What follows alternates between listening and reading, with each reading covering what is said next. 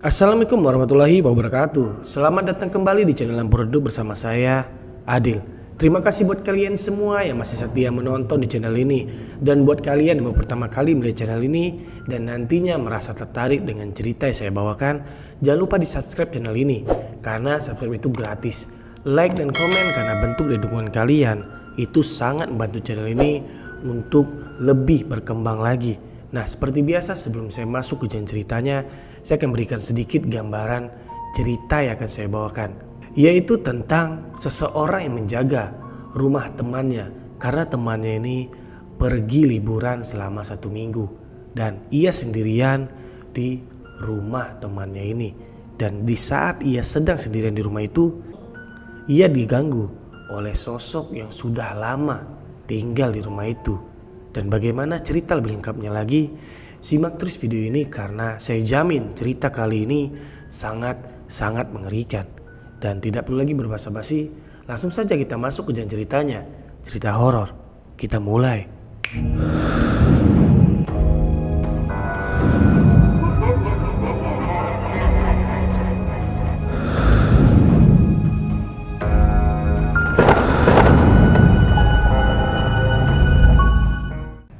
Kejadian ini terjadi pada tahun 2016 pertengahan, di mana sebut saja nama laki-laki ini adalah Joe. Joe ini adalah seseorang yang pengangguran. Jadi semasa ia menganggur saat itu, ia lebih banyak menghabiskan waktunya bermain handphone pagi sampai ia tidur. Jadi suatu waktu ketika ia sedang pergi ngumpul dengan teman-temannya, dan salah satu temannya itu sebut saja namanya adalah Andi.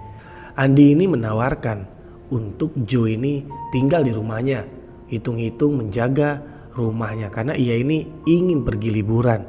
Awalnya Joe menolak karena alasan malas, tapi ketika Andi menawarkan sejumlah uang, ia pun langsung saja bilang iya. Andi berkata seperti ini, "Joe, ini uangnya, kamu jaga rumah aku sampai 1 minggu. Dan ketika malam hari usahakan sebelum jam 10 itu kamu sudah sampai di rumah dan tidur. Dan jangan pernah bergadang lebih dari jam 10. Lalu Joe pun bilang, "Emang kenapa?"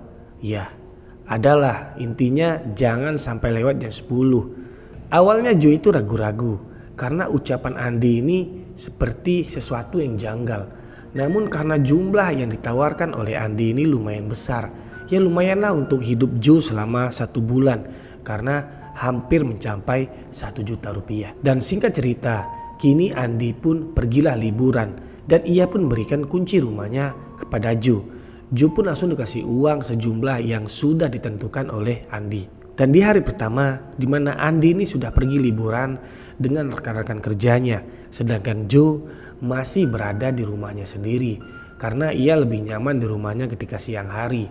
Lalu ketika sudah masuk malam, ia pun pergilah ke rumah Andi. Sesampai di rumah Andi, Joe melihat ternyata rumah Andi ini lumayan besar. Padahal Andi hanya tinggal sendirian. Ia pun masuklah ke rumah Andi dengan sangat mantap di hatinya. Lalu ia membuka pintunya, langsunglah pergi ke kamar tidur Andi. Sepanjang jalan sebelum ia masuk ke dalam kamar Andi, ia sangat takjub karena Andi ini adalah seseorang yang masih bujangan. Namun rumahnya ini sangat rapi, seolah-olah rumah ini ditempati oleh wanita. Karena rumah ini terlalu rapi untuk seseorang yang masih bujangan. Ia melihat sekeliling di mana ia mencari di mana letak dapur dan toilet dan beberapa jendela. Ia melihat apakah jendela ini terkunci dengan sangat rapat atau masih ada yang terbuka kuncinya. Saat itu masih jam 8 malam di mana Joe masih sangat asik bermain game di HP-nya. Lalu ia lupa ia belum membeli makanan. Ia pun pergilah keluar rumah itu untuk mencari makanan yang paling dekat dari rumah itu. Karena ia juga sangat malas untuk pergi jauh-jauh. Dan setelah ia membeli makanan itu, ia pun kembalilah ke rumah Andi. Ia membungkus makanan itu untuk ia makan di rumah. Di saat ia sedang asik-asik makan, menikmati makanannya, tiba-tiba masuklah pesan dari Andi, di mana pesan dari Andi ini seperti ucapan dia kala itu, yaitu isi pesannya seperti ini. "Bro, jangan lupa sebelum jam 10 usahakan kamu sudah tidur dan jangan begadang. Titik. Sedangkan di diri Joe, ia masih menganggap ucapan itu hanyalah sekedar peringatan biasa. Dan ketika sudah hampir jam 10 malam, di mana tepatnya 5 menit menjelang jam 10. Sedangkan Joe masih sangat asik bermain handphonenya. Dan TV pun ia hidupkan dengan suara yang sedang. Ya supaya suasana tidak terlalu hening. Tak terasa, kini jam 10 malam sudah lewat. Entah itu lewat 10 menit, 20 menit, atau setengah jam. Joe tidak tahu bahwa jam berlalu sangat cepat. Dan di saat ia sedang asik-asik bermain handphonenya, suara yang sangat aneh terdengar di kupingnya. Dan suara itu berasal dari belakangnya, yaitu dari arah dapur. Seperti suara garpu dan sendok yang didentingkan ke piring kaca.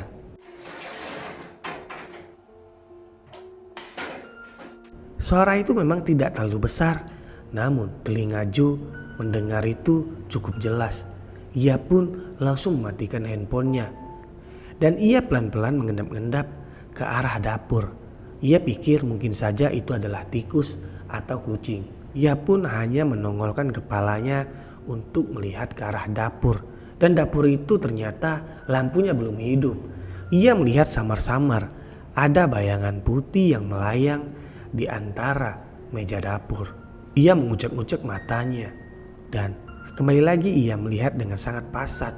Sosok itu seperti adalah sosok wanita. Joe pun bergidik ngeri melihat sosok itu karena masih percaya dan tidak percaya. Lalu ia mencoba memberanikan dirinya untuk mendekati dapur. Dan ketika ia sudah mendekati dapur itu, ia menghidupkanlah saklar lampu dari dapur itu. Seketika sosok itu pun menghilang dan garpu serta sendok itu terjatuh tepat di atas piring yang terlentang. Jantung Joe kala itu sangat berdegup kencang. Ia masih tidak percaya dengan apa yang ia lihat karena masih sangat samar-samar. Namun kejadian itu benar-benar membuat nyalinya ciut. Bahkan ketika ia melihat piring, garpu dan sendok itu di atas meja, ia tidak berani menyentuh barang itu. Ia pun langsung pergi menuju ke arah kamar. Sesampai di kamar, Joe baru ingat bahwa TV di ruang tamu masih hidup. Namun ia tidak berani untuk pergi kembali ke bawah. Lalu kembali Joe melihat handphonenya. Ia kembali membaca isi pesan yang dikirim oleh Andi. Ia berpikir, oh mungkin saja inilah peringatan yang diingatkan oleh Andi ketika jam 10 malam lewat. Awalnya Joe ingin pulang, namun ia merasa mempunyai tanggung jawab kepada Andi. Takutnya ketika ia pulang pergi ke rumahnya, rumah Andi ini kebobolan atau dibobol maling. Joe pun mencoba untuk memejamkan matanya, namun ia tidak bisa tidur karena ia masih berpikir apakah pintu di depan rumah itu terkunci dan TV itu apakah akan rusak. Namun rasa takut Joe kala itu benar-benar menguasai dirinya sehingga ia tidak berani lagi beranjak dari kamar itu. Tak terasa kini Joe pun tertidur dan ia pun bangunlah pagi hari. Ketika ia bangun, ia pun langsung tergesa-gesa menyiapkan barang-barangnya dan ia pun pulanglah ke rumahnya sendiri. Sesampai Joe di rumah, ia pun langsung menelpon Andi. Namun saat itu Andi tidak menjawab telepon Joe. Sampai saat dimana sore hari, Joe mencoba menelpon Andi namun tidak pernah diangkat Andi karena hanya memanggil tidak berdering. Tak terasa waktu sudah kembali malam, sedangkan Andi ditelepon pun juga tidak mengangkat. Joe pun dengan rasa malas dan rasa takut untuk kembali ke rumah Andi. Namun sayang, uang yang sudah ia terima sudah ia pakai. Ia tidak bisa mengembalikan uang dari Andi. Jadi mau tidak mau dengan rasa tanggung jawab, ia kembali ke rumah Andi dengan rasa takut mengiringinya. Kali ini Joe tidak menonton TV. Ia pun langsung masuk ke dalam kamar Andi. Joe melihat jam, masih jam 7 malam. Ya masih ada waktu 3 jam lagi sebelum jam 10. Ia pun mencoba menghilangkan rasa takutnya dengan bermain game dan menonton YouTube. Karena terlalu asik ia melihat layar handphonenya. Jam 10 malam sudah lewat 5 menit. Dan ketika ia sadar ternyata jam 10 malam sudah lewat. Ia pun langsung matikan handphonenya. Di saat baru saja ia matikan handphonenya dan melihat ke arah pintu kamarnya. Dan apa yang ia lihat? Ya, ada sosok yang berwarna putih transparan perlahan-lahan mendekati Joe. Dan Joe yang sadar dengan sosok itu, ia langsung menutup seluruh tubuhnya dengan selimut. Ia berharap sosok itu tidak mengganggunya, namun harapannya itu hanyalah harapan. Perlahan-lahan sosok ini menggerayangi tubuh Joe. Joe merasakan setiap sentuhan demi sentuhan, dari ujung kaki perlahan-lahan ke pahanya, ke pinggangnya, dan berhenti tepat di atas dadanya. Joe merasakan sesak di dadanya dan ia mendengar suara geraman di balik selimut itu, di mana suara itu adalah suara wanita. Suara dari sosok ini tidak mengeluarkan ucapan, ia hanya menggeram-geram saja. Namun Joe dengan sangat takut, ia masih menutup tubuhnya dengan selimut, walaupun napasnya perlahan-lahan tersengal-sengal karena sesak di dadanya. Kejadian di malam itu terasa sangat lama karena Joe seperti merasa 1-2 jam ia berada di balik selimut itu. Joe pun mencoba membaca ayat-ayat pendek yang ia bisa. Namun bacaannya ini tidak mempengaruhi sosok ini yang masih berada tepat di atasnya. Joe mencoba mengumpulkan keberaniannya. Ketika keberaniannya ini sudah terkumpul, ia pun berteriak Allahu Akbar dan menyontak langsung selimut itu. Dan syukurnya sosok itu menghilang. Ia pun langsung mengambil handphonenya dan ia lihat ternyata sudah jam 1 malam. Berarti ia sudah 3 jam tertahan di balik selimut itu. Karena waktu sudah sangat malam, ia pun mematikan handphonenya dan berusaha untuk tidur, walaupun takut masih sangat menghantui dirinya. Syukurnya di malam kedua itu ia pun tertidurlah sampai pagi dan ia pun terbangun jam 8 pagi. Setelah pagi itu Joe kembali ke rumahnya. Rasa takutnya semakin menjadi-jadi. Kembali ia menelpon Andi, namun Andi masih tidak bisa dihubungi, baik melalui WA ataupun telepon biasa. Joe yang sangat kesal pada Andi karena entah kenapa Andi seolah-olah hilang begitu saja.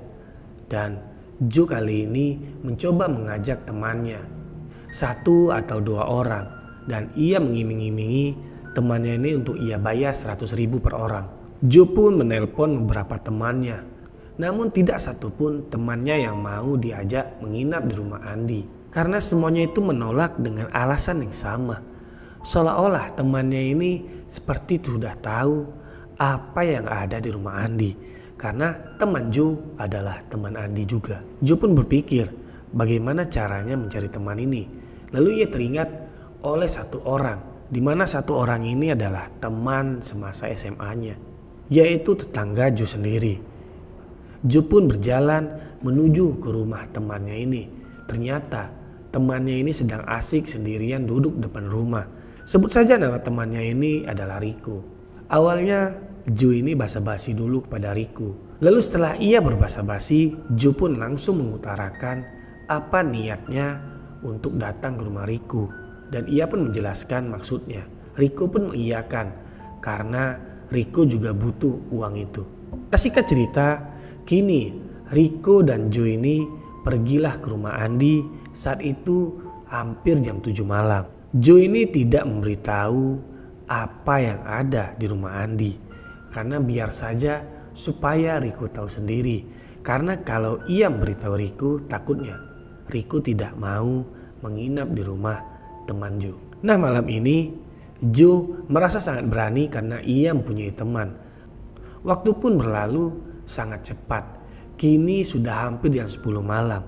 Lalu Joe pun mengajak Rico untuk masuk ke dalam kamar. Namun ternyata Rico masih sangat asik menonton. Ayo kita masuk kamar. Enggak lah, kamu saja duluan. Aku masih mau menonton TV. Sudah masuk saja ku, takutnya kejadian aneh menimpa kamu. Namun Riku menggubris ucapan Ju karena memang ia masih sangat asik menonton film yang ada di TV itu. Ya sudahlah, kalau kamu dikasih tahu tidak mau, aku duluan ke kamar. Aku langsung tidur. Jadi jangan lupa nanti matikan TV-nya dan cek lagi kembali pintu karena takutnya aku lupa mengunci. Oke, kata Riku. Kini Jo sudah tertidur di dalam kamar. Nah, kejadian ini terjadi kepada Riku ketika sudah hampir jam 10:30 malam, di mana Riku masih sangat fokus melihat layar TV. Di saat sedang asik-asik ia melihat layar TV. TV itu tiba-tiba mati. Jadi ada pantulan sosok itu dari layar TV itu. Riku melihat pantulan itu melalui TV. Awalnya ia berpikir itu adalah Ju. Lalu ia bilang, "Loh, bukannya tadi kamu mau tidur?" Namun yang ia pikir itu adalah Ju tidak menjawab. Dan Riku pun langsung melihat ke arah belakangnya. Namun bukan Jo yang ia lihat, tapi adalah sosok makhluk wanita yang berpakaian serba putih, di mana rambutnya itu sangat panjang sampai ke lantai. Sosok itu pun tertawa sangat melengking, sampai-sampai telinga Riku pun sangat sakit mendengarnya.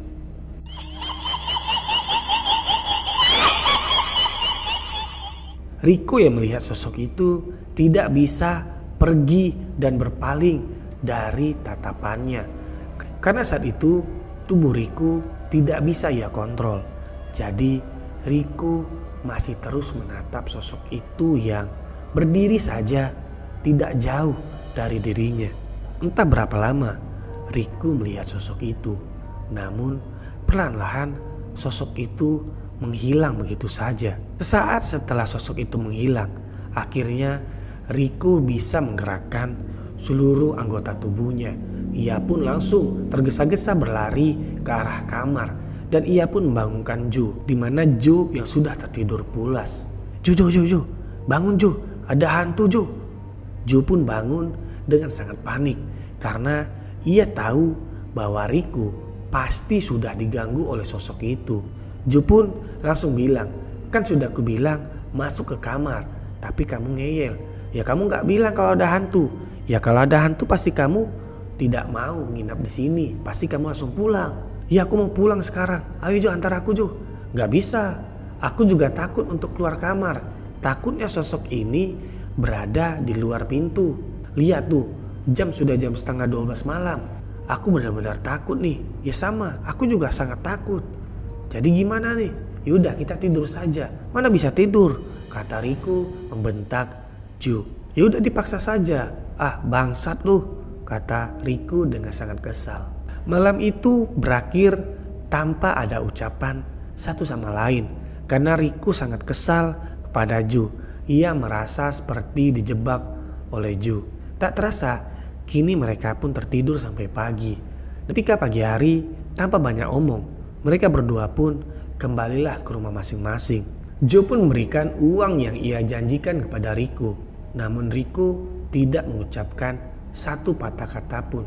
Bahkan kata terima kasih pun tidak terlontar dari mulutnya. Karena ia masih sangat kesal kepada Jo.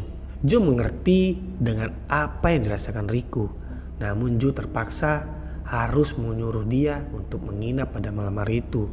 Ia pun bilang sebelum ia pergi meninggalkan Riku, "Bro, maafin aku ya bro."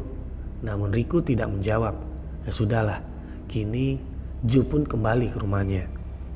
Jo masih berpikir bagaimana ia lalui 4 malam setelah ini. Ia mencoba menelpon Andi dan syukurnya telepon Andi pun berdering. Dan tak lama kemudian Andi pun mengangkat teleponnya. Awalnya Jo hanya berbasa-basi menanya kabar Andi. Dan Andi pun juga berbahasa basi kepada Jo. Dan ia meminta maaf karena selama 3 hari ini handphonenya tidak aktif. Ia meminta maaf pada Jo karena handphonenya ini rusak kemasukan air. Dan kembali baik setelah 3 hari dititipkan ke salah satu konter tempat ia liburan itu. Jo pun dengan sangat tidak enak hati. Ia bilang pada Andi untuk tidak mau lagi menginap di rumah Andi. Dengan kata yang sangat halus, ia bilang kepada Andi. Dan ternyata Andi mengerti karena memang di rumahnya ini ada sosok penunggu. Dan wajar saja kalau Joe tidak mau menginap. Dan syukurnya Andi mengerti dengan apa yang terjadi kepada Joe. Dan ia pun mengikhlaskanlah uang yang ia berikan kepada Joe. Dan selama 4 malam berturut-turut rumah Andi ini tidak ada yang menjaga. Dan setelah 4 hari Andi pun pulanglah ke rumahnya. Dan malam harinya Andi pun menemui Joe yang sedang sendirian di depan rumahnya sambil bermain game. Joe melihat Andi datang ke rumahnya. Langsung Joe belak-belakan bilang, "Bro, di rumah lu ada penunggunya?" "Iya, ada penunggunya." "Kenapa nggak bilang?" "Ya kalau aku bilang pasti kamu tidak mau menginap." "Iya, kalau ada penunggunya kenapa harus aku yang menunggu rumah itu?" Andi pun memberikan alasannya. Karena ia melihat Joe yang sudah lama menganggur. Ia mencoba mencari-cari cara untuk membantu Joe. Dan itulah cara ia membantu Joe. Namun Joe yang mendengar maksud dari Andi ini seperti antara marah dan respect kepada temannya. Namun ya sudahlah, karena Andi mengikhlaskan uang yang sudah ia berikan. Walaupun Joe tidak menjaga rumah itu selama 1 minggu penuh. Joe bertanya tentang sosok itu. Namun Andi menjawab ia juga tidak tahu sosok ini ada di rumahnya. Karena sejak pertama kali ia tinggal di rumah itu, sosok itu memang kerap kali datang ketika sudah lewat jam 10 malam. Namun karena Andi yang sudah lama tinggal di rumah itu, ia pun sudah seperti terbiasa kepada gangguan-gangguan itu. Dan cerita pun selesai. Oke, bagaimana ceritanya tadi? Sangat menyeramkan, seperti janji saya di awal. Nah, buat kalian yang merasa tertarik dengan cerita yang tadi saya bawakan, jangan lupa di subscribe channel ini karena subscribe itu gratis. Like dan komen karena bentuk dari dukungan kalian itu sangat membantu channel ini untuk lebih berkembang lagi. Nah, sebelum saya undur diri, jangan lupa mampir di video-video lainnya karena video lainnya juga tidak kalah menyeramkan. Dan saya Adil undur diri. See you.